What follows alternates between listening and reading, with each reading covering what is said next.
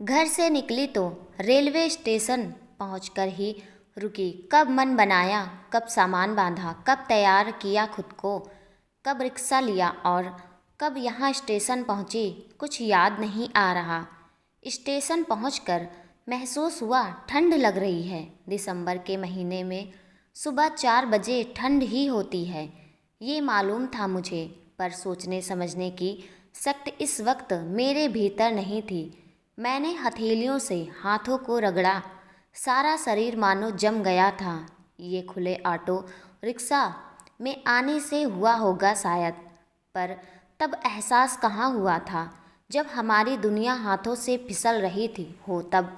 सर्दी गर्मी का ख्याल किसे रहता है, मुझे भी नहीं रहा। बीनीत ही तो दुनिया था मेरी, जिसे बचाते बचाते कब मैं पूरी खर्च हो गई पता ही नहीं चला। आज भी नहीं निकलती तो शायद मर जाती, शरीर से भी आत्मा से तो रोज ही मर रही थी। तुम्हें ढंग ही नहीं है किसी चीज़ का, कहीं ले जाने लायक नहीं हो। हंसती थी तो हंसती चली जाती थी, अब चुप रहती हूँ तो मौन की देवी बन जाती हूँ। बात बात पर आंसू निकल आते हैं तुम्हारे। अब इतने दिनों बाद आज हिम्मत करके तुम्हें ऑफिस पार्टी में ले गया था। 2 शब्द बोल लेती तो क्या घट जाता तुम्हारा, लेकिन तुम्हें तो जाने किस बात का घमंड है। विनीत गुस्से से लाल हुआ जा रहा था। मैंने कांपती नज़रों से सिर उठाकर उसे हल्का सा देखा, आंखों में मानो खून भरा हो। पर आपने ही तो कहा था किसी के आगे ज़्यादा हंसने बोलने की ज़रूरत नहीं है, तो इसलिए मेरी बात खत्म होने से पहले ही सख्त हथेलियों का एक तमाचा पूरी ताकत से मेरे गालों पर पड़ा तड़ाक, और मुझे वर्तमान में लाकर पटक दिया। मुझे महसूस हुआ मैं कांप रही थी। हथेली ने कब गाल को ढक लिया था पता ही नहीं चला। मैंने स्टेशन में चारों ओर देखा, लोग अपने धुन में थे। क्यों नहीं होते, उस तमाचे की गूंज बस मैंने सुनी थी और किसी ने नहीं। और एक बार नहीं 1000 बार सुनी थी। मैंने महसूस किया मेरी आंखें डबडबाई हुई थी। लगा आंख बंद करूंगी तो नदियाँ बह जाएगी। 4 साल पुराना रिश्ता आज खत्म करके मैं आ चुकी थी। कहाँ जाऊंगी, इस सवाल का जवाब ढूंढने में मेरी जिंदगी का लंबा वक्त खत्म हो गया था। जवाब आज भी नहीं था, पर आज जवाब मिलना ज़रूरी था। घर तो नहीं जा सकती तो शायद बहुत पहले चली गई होती, फिर कहाँ। आंख बंद कर ली, दिमाग में एक चेहरा कौंधा। मैंने फटाफट फेसबुक मैसेंजर खोला और अभिनव को तलाशा। जिंदगी में तो उसे कभी आने ही नहीं दिया था। फेसबुक फ्रेंड की लिस्ट से भी उस समय तमाम पुरुष वर्ग को निकाले 3 साढ़े 3 साल हो चुके थे। फिलहाल और कोई नहीं था।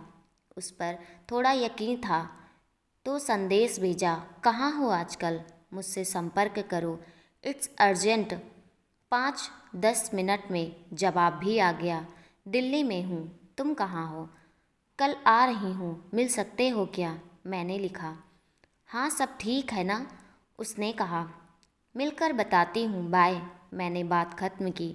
क्या बताऊँगी कि मैं हार गई, और चारा भी क्या था। मैंने हजरत निजामुद्दीन के लिए जर्नल की टिकट ली और प्लेटफॉर्म पर जाकर बैठ गई।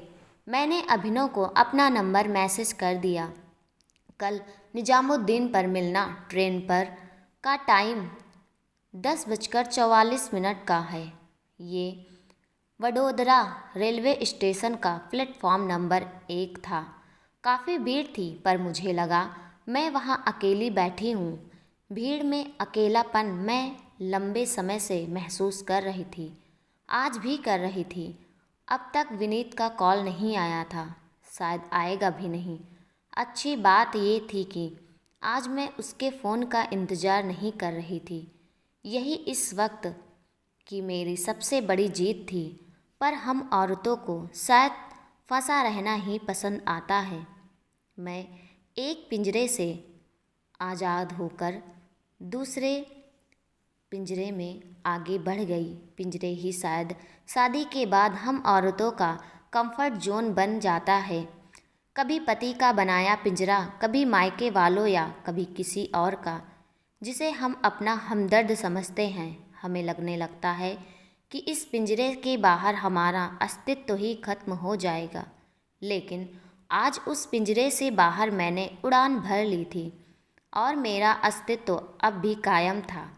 शादी से पहले कहीं जाते वक्त मैं हमेशा जीन्स और कुर्ती पहन लेती थी ताकि मोबाइल और कुछ पैसे जेबों में रख सकूं। हाथ में कुछ पकड़ कर रखने में मुझे कोफ्त होती थी। मुझे मेरे हाथ खुले और खाली रखना पसंद था। आज एक लंबी कोफ्त से बाहर निकल मैंने वही पहना था। हाथ खुले थे, खाली भी। अचानक माँ की बात याद आ गई। हाथ ज़्यादा खुले हों तो लड़की का घर बसना मुश्किल हो जाता है। पूरे घर को पकड़कर चलने का गुण लड़की में होना ही चाहिए। माँ ने शायद ये किसी और संदर्भ में कहा होगा, पर आज लगा कि सच ही तो कहती थी माँ। शायद इसलिए मेरा घर नहीं टिक पाया। कुछ पकड़ कर ना चलने की आदत की वजह से आज हाथ सच में खाली रह गए। अचानक ट्रेन की आवाज़ ने मुझे ख्यालों से बाहर निकाला। फ्लैश बोर्ड पर देखा, इसी ट्रेन में मुझे जाना है। बैग उठाकर मैंने जनरल डिब्बे की ओर दौड़ी। भीड़ बहुत ज़्यादा थी। दरवाजे पर लोग लटके पड़े थे। एक बार लगा नहीं चढ़ पाऊंगी। एकाएक कानों में कल का थप्पड़ गूंज उठा। मैंने पूरी ताकत से भीड़ को धकेलते हुए डिब्बे की सीढ़ियों पर पांव जमा दिए। बाकी काम भीड़ ने कर दिया। कुछ सेकंड के भीतर मैं ट्रेन में थी। बैठने तो क्या, यहाँ खड़े रहने की भी जगह नहीं थी। मैंने वॉश बेसिन के पास ही पांव जमा कर पीठ दीवार पर टिका दी। जीवन के सफ़र में जिन कष्टों को झेल कर मैं यहाँ तक पहुँची थी, उनके आगे ये सफ़र भी काफ़ी आसान था। एक झटके के साथ ट्रेन चल पड़ी थी। मैंने देखा सामने एक लफंगा सा लड़का अपने बगल में इतनी सी जगह बनाकर मुझसे कह रहा था, आप यहाँ बैठ जाइए। मैंने ना में गर्दन हिलाई। वो उठ खड़ा हुआ। मैं उतरने वाला हूँ, आगे बैठ जाइए। सकुचाते हुए मैं बैठ गई। लड़का अच्छा ही था। अगले स्टेशन पर उतर गया। मैंने बेकार में गलत समझा। गलती मेरी भी नहीं थी। अब जब कोई बुरा बर्ताव करता तो मुझे स्वाभाविक लगता था। कोई अच्छा बनता तो शक होता था। अनुभव कुछ सिखा गए थे। सामने वाली सीट पर एक औरत एक आदमी के कंधे पर सिर टिकाकर सो रही थी। देखने में मुझे पति पत्नी लगे। नींद में औरत का सिर अचानक लुढ़क जाता। वो आदमी झट से अपना सहारा देकर उसे वापस अपने कंधे पर टिका देता। फटे हाल सा पहनावा, मामूली सी शक्ल सूरत के मालिक थे दोनों, पर वो औरत मुझसे काफ़ी अमीर लगी। उस वक्त मेरी ज़िंदगी में ये पल क्यों नहीं आया कभी। फिर पुरानी याद आ गई। इस तरह एक दिन मैं और विनीत ट्रेन का सफ़र कर रहे थे। फ़्लाइट का टिकट ना मिलने की वजह से ट्रेन में बुकिंग कराई। शादी को मुश्किल से 6 महीने ही हुए थे। आरएसी की टिकट्स थी और एक ही सीट। इसी तरह मैंने भी सिर टिकाया था उसके कंधे पर। एक झटके के साथ कानों में गूंजा, ठीक से बैठो। सारी नींद काफूर। पूरे रास्ते विनीत मुझे ठीक से बात करने, खाना खाने और बैठने का ढंग सिखाते रहे। कुछ देर बाद मैं किसी सहयात्री की बात पर थोड़ा जोर से हंस दी थी। विनीत चीख पड़े, ये क्या फी फी करके हंस देती हो, फालतू बातों पर थोड़ा ऊपर उठ जाओ। अब इन लोअर मिडिल क्लास वालों हरकतों से मैंने देखा सब मुझे देख रहे थे। मैं बुरी तरह झेप कर नीचे बर्थ को ताकने लग गई। आत्मसम्मान पर ये करारी चोट थी, असहनीय दर्द। इसके बाद भी ये सिलसिला बरकरार ही रहा। हजार वाक़ये, रोज़ मारना मरना। मैं अपना आत्मविश्वास खोने लगी थी। कोई ज़ोर से बोल दे तो डर जाती थी। लोगों से मिलना ना के बराबर हो चुका था। विनीत ने शादी का निर्णय मेरे अपना था। घर वालों की ना के बावजूद मैंने पूरी जिम्मेदारी ली थी इस रिश्ते की, तो उनसे भी शिकायत नहीं की जा सकती थी। हंसने रोने बोलने सब पर पहरा था। फेसबुक में मित्र भी अब मेरी पसंद के ना थे। असल ज़िंदगी में तो खैर थे ही नहीं। मैं मृत सी हो चुकी थी। जिंदगी बस जगाने, घर का काम करने, जलील होने, मार खाने और चुपचाप रोते हुए सो जाने में गुजरने लगी थी। मैं अब पहले वाली विधि नहीं रह गई थी, जो लोगों से किसी भी विषय पर वाद विवाद कर अपनी बात साबित कर ले। अब बस वो शरीर था, आत्मा को मार डाला गया था।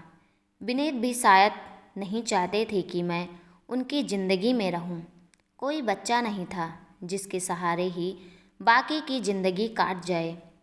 बस सब ढूंढे जैसे था, पर कहाँ जाती, हिम्मत कहाँ बची थी। अचानक फ़ोन बजा।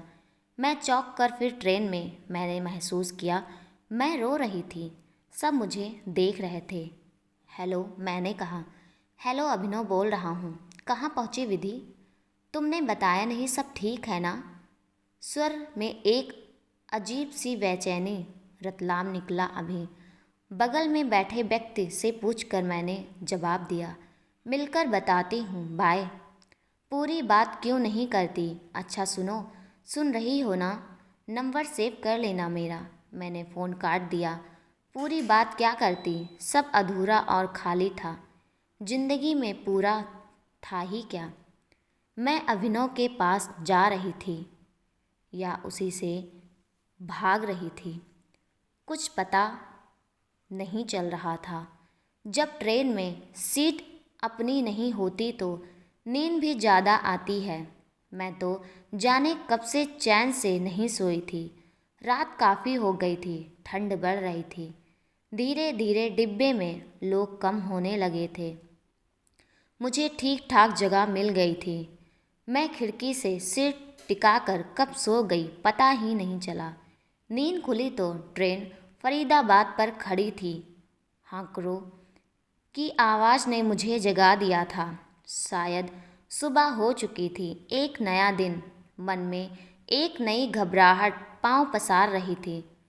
अभिनव से कैसे मिलूंगी? 4 साल का लंबा फासला तो था ही, दिलों में भी बहुत दूरी थी। एक प्यार भरी दोस्ती थी हमारी, जिसे मोहब्बत के खंजर से मार डाला गया था। फिर एक लंबी खाई आ गई थी बीच में। फिर भी पूरी दुनिया में आज मैंने उसके पास जाने का फैसला किया था, क्योंकि उसने कभी कहा था जाओ, पर कभी ज़रूरत पड़े तो बेहिचक कहना, मेरे लिए तुम जो आज हो हमेशा वही रहोगी। ऐसा मुझसे बस उसी ने कहा था और किसी ने नहीं। बात में कितनी सच्चाई थी इसकी परख आज होनी थी।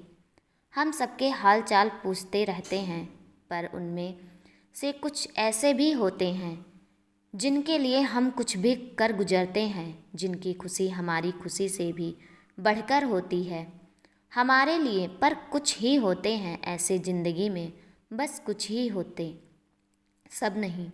ट्रेन हजरत निजामुद्दीन पहुंचने ही वाली थी।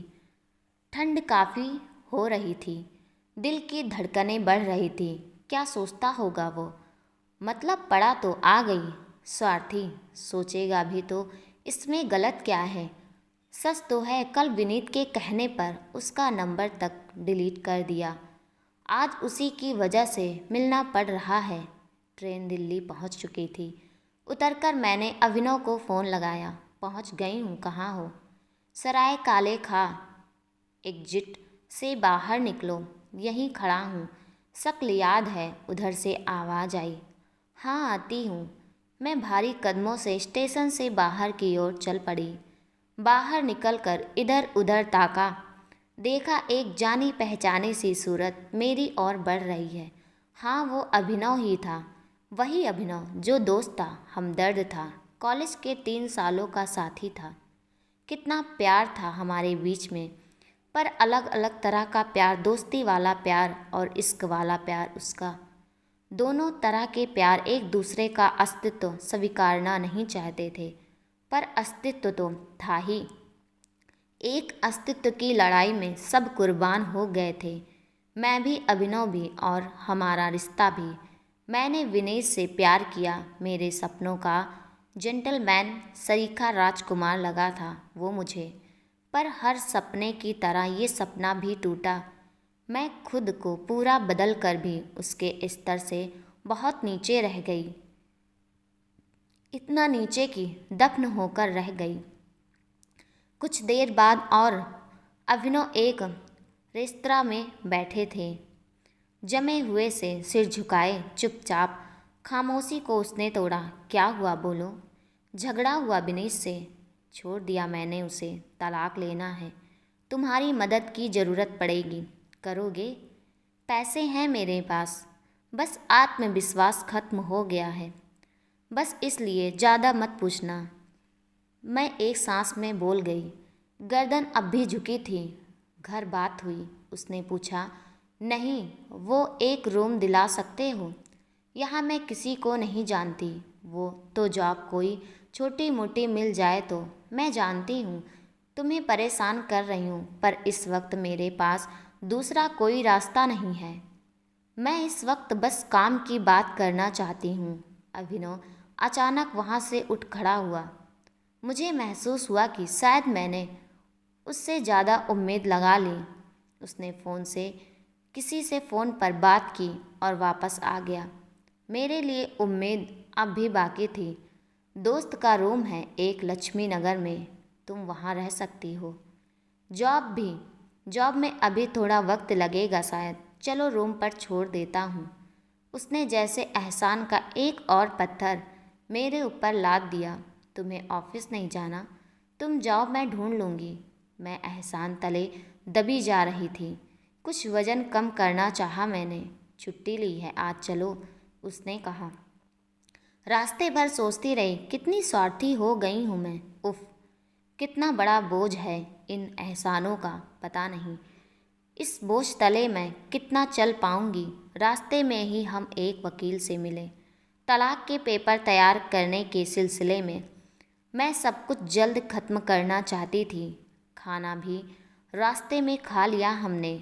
मुझे याद आया मैंने पूरे 30 घंटे बाद कुछ खाया था और इस दौरान भूख के सिवाय बाकी सब महसूस कर लिया था।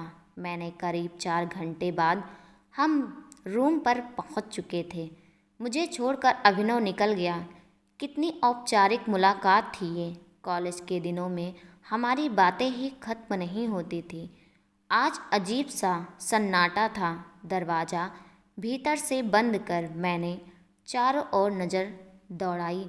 साधारण सा कमरा, छोटा सा किचन, इस वक्त ये भी किसी महल से कम नहीं था मेरे लिए। मैं थक गई थी, बिस्तर पर लेट गई। मेरे अंदर बहुत कुछ चल रहा था। आंखें बंद हो गई। एक बार बिस्तर पर पड़ी तो सीधे सुबह ही आंखें खुली। काफ़ी दिनों बाद चैन की एक लंबी नींद मिली थी। सुबह एक नया दिन बाहें फैलाए इंतजार कर रहा था। मन घबरा रहा था। यहाँ तक तो आ गई अब क्या? भीतर से जवाब आया, विनीत से है, छूटना है, कानूनन भी और मन से भी। मन भी कितना अजीब होता है, कहीं जुड़ नहीं पाता तो कहीं से छूट नहीं पाता। अचानक फ़ोन बजा, देखा तो घर से था। लगता है खबर कर दी गई थी। हेलो, मेरा विचलित सा स्वर, कहाँ हो तुम? विनीत ने बताया, घर से चली गई हो? कहाँ चली गई हो? पति पत्नी के बीच तो छोटी मोटी बहस होती ही रहती है। तुमको पहले भी समझाया था, अब चुना तो तुमने ही था उसे। तो अब बताओ। माँ का सौतेला सा व्याख्यान। दिल बुरी तरह टूट के बिखर गया। एक बार फिर क्यों इतना सौतेलापन माँ? क्यों? बस इसलिए कि अपनी मर्जी से शादी की? बताकर तो हुई है। तुम्हारी आंखों के सामने तुम्हारी अपनी औलाद हूँ। गलत फैसला किया तो तुमने यहाँ मरने को छोड़ दिया। बाँस छोटी थी या बड़ी, ये फैसला भी खुद कर लिया बिना सच जाने। काश तुम मुझसे पूछती असल वजह, काश कहती कि वापस आ जाओ, घर के दरवाजे खुले हैं तुम्हारे लिए। काश आंचल में छुपा लेती माँ, काश मन में चलते तमाम तरह के तूफान सब बाहर आने को बेताब, पर शब्द जैसे गले में फंस गए थे। कुछ भी नहीं बोला गया।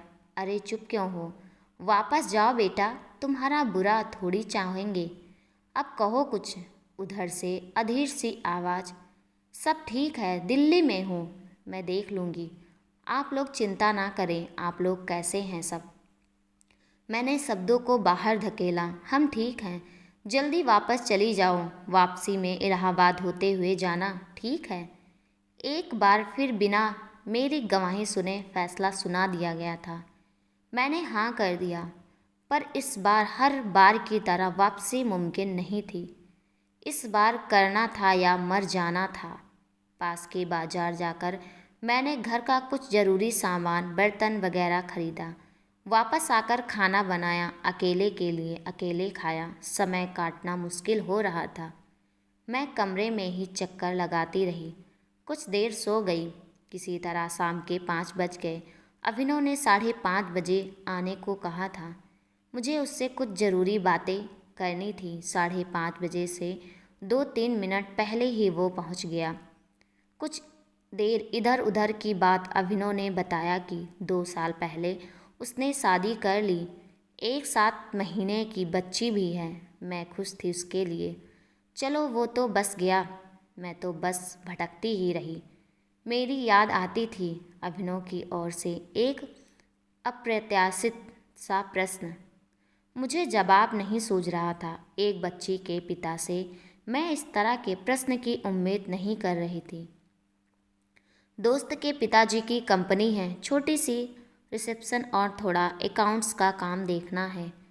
ज़्यादा नहीं, 10-15 हज़ार दे देंगे, करोगी?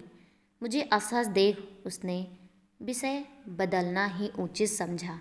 शायद बड़ी देर बाद मेरे कानों का इंतज़ार जैसे खत्म हुआ। हाँ, क्यों नहीं? यहाँ टाइम काटना मुश्किल है, खर्चा भी निकल जाएगा। कब से जाना है? मेरी आंखों में चमक थी। कब से चली जाओ? कल से चली जाओ। अभिनव का ये एक और एहसान था मुझ पर। मैंने नौकरी ज्वाइन कर ली। दिन, हफ्ते, महीने गुजरने लगे। रूम, दफ्तर, कोर्ट और दूसरी नौकरी की तलाश। 15,000 में दिल्ली में सांस लेना भी मुश्किल था। बचत के पैसे में हर महीने सेंध लगती थी। जिंदगी निकल रही थी। कुछ समय बाद नई नौकरी मिल गई। पास में नया कमरा ले लिया। अभिनव से मिलना होता रहता था। बीच बीच में वो अतीत की यादें मेरे आगे परोस देता, जो अब भी असहज कर जाती। पर अभिनव के एहसान थे मुझ पर। मुझे कुछ कहना मेरे लिए मुमकिन नहीं था। कहीं न कहीं बुरे वक्त का हमदर्द था वो। मैं अपनी खुशियाँ, जो कि गिनी चुनी थी, उससे बांटा करती। गम तो खैर बांटे ही थे। आज खुशी का ठिकाना नहीं था। एक लंबे इंतजार के बाद आज मुझे विनीत से तलाक मिल चुका था। मैं सबसे पहले ये खुशी अभिनव के साथ साझा करना चाहती थी। मैंने उसे फ़ोन कर अपने रूम में बुलाया। उसे कुछ नहीं बताया था। आज मुझे वो पहले वाला अभिनव याद आ रहा था, जिसके साथ हंसी, रोई, अनगिनत यादें इकट्ठा की, जिसके साथ हर गम भूल जाती थी। मेरा सबसे अच्छा दोस्त। दरवाजे की घंटी बजी। अभिनव अंदर आया। मेरी खुशी का ठिकाना नहीं था। आज मैं आज़ाद थी और इसमें सबसे बड़ा मददगार वो ही था। खबर सुनाकर मैं उसके गले से लिपट गई। ये भावनाओं का आवेग था जो हम खुशी या दुख में अपने प्रियजनों के साथ साझा करते हैं। इस वक्त मेरा अपना बस वही था। मेरी आंखों से आंसू बह निकले। मैं भावनाओं में भीग गई थी। उसने मुझे गले लगा लिया। मैंने महसूस किया कि उसकी बाहों की गिरफ्त मुझे कसती जा रही थी। उसके हाथ मेरी पीठ से रेंगते हुए मेरी कमर की ओर बढ़े और फिर एक लिजलिजा सा स्पर्श मेरे वक्षस्थल के करीब। मैंने तेजी से उसे पीछे झटक दिया। मुझे लगा जैसे हजारों छिपकलियां मेरे बदन पर रेंग रही हों। एक अजीब सा घिनौना एहसास बदन में दौड़ गया। मेरी सांसें बहुत तेज चल रही थी। मन में एक ट्रेन तेज आवाज़ के साथ फिर से दौड़ने लगी। अभिनव फिर करीब आया और मेरे होठों को चूमने के लिए बढ़ा। मुझे लगा मैं तेज भागती ट्रेन पर चढ़ने की कोशिश करते करते अचानक किसी खंभे से टकराकर गिर पड़ी हूँ। मैंने फिर उसे एक जोरदार धक्का दिया। उसका सिर मेज से जा लगा। वो चीख उठा, पागल हो गई हो क्या? इतने दिन से तुम्हारे आगे पीछे घूम रहा हूँ, इतना भी हक नहीं है मेरा? जब मदद चाहिए होती तब तुम औरतों दौड़ी चली आती हो, और जब बदले में कुछ मांगो तो सती सावित्री बन जाती हो। मेरे अंदर जैसे कांटो तो खून नहीं था। मुझे फिर विनीत के थप्पड़ याद आने लगा जैसे उससे फिर जोरदार अनगिनत थप्पड़ मेरे गालों पर लगातार पड़ रहे हैं। पर अब मैं पहले वाली विधि नहीं रह गई थी। वक्त ने काफ़ी कुछ सिखा दिया था। मैं उठी और उसके मुंह पर एक जोरदार तमाचा जड़ दिया। मदद की कीमत ही लेनी थी तो पैसे से ले लेते मिस्टर अभिनव। हर कीमत चुका देती। और औरत का जिस्म कोई कीमत चुकाने का जरिया नहीं है। शादीशुदा और एक बच्चों के पिता होकर भी इतने गिर सकते हो, मैंने सोचा नहीं था। विनीत ने शादी करना यकीनन मेरी गलती थी, पर तुझसे मदद मांगना उससे भी बड़ी गलती थी। अच्छा हुआ तुमने अपना असली चेहरा दिखाया, वरना मैं जिंदगी भर तुम्हारे एहसानों तले दबी रहती। गलती मेरी थी जो खुद पर भरोसा न कर एक पिंजरे से निकली और दूसरे में कैद हो गई। एक मर्द से छूटी तो तुमसे जुड़ गई। पर अब और बैसाखियाँ नहीं, तुम्हारे एहसानों का बदला आज मैं तुम्हें पुलिस के हवाले ना करके उतार रही हूँ। निकल जाओ। अभिनव वहाँ से सिर झुका कर निकल गया और मैं निर्भरता की उस दुनिया से आज मैं निकली थी। अकेली थी पर स्वतंत्र थी, आत्मनिर्भर थी, संपूर्ण थी।